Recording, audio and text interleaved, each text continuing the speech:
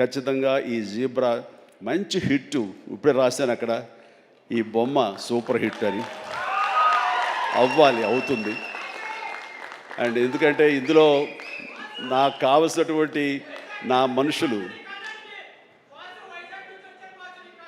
అయితే ఏంటంటే ఇప్పుడు అదే అది కాదురా, నువ్వు వచ్చావు వైజాగ్ నుంచి, సంతోషమే. మరి బొమ్మలు నువ్వు వైజాగ్లో ఆడించాలి.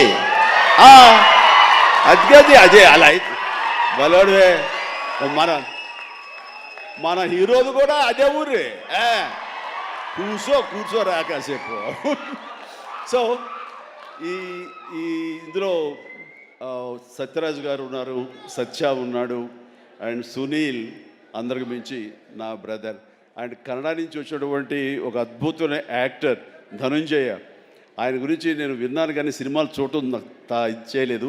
బట్ పుష్ప చూశాను. పుష్ప ఎక్కడ అనేది నాకు గుర్తు రావట్లేదు, కానీ డెఫినెట్గా ఈ సినిమాలో చాలా మంచి గుర్తింపు వచ్చి తను కూడా మంచి ఆర్టిస్ట్గా, తెలుగు యాక్టర్గా తను సెటిల్ అవుతాడు అంటలో ఎలాంటి సందేహం లేదు. All the very best Dhanunjaya.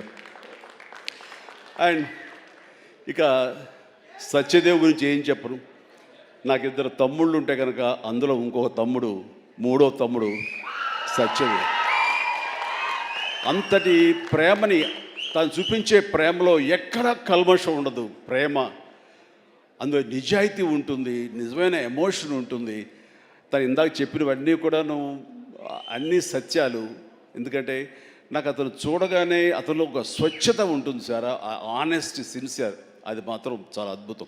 ఎక్కడ కృతకంగా ఉండదు, ఇంప్రెస్ చేయాలని మాట్లాడడు, అనుకున్నట్టుగా ఎగ్జిబిట్ చేస్తాడు, చెప్తాడు. అది చాలా మనకి మనసుకు హత్తుకుంటుంది.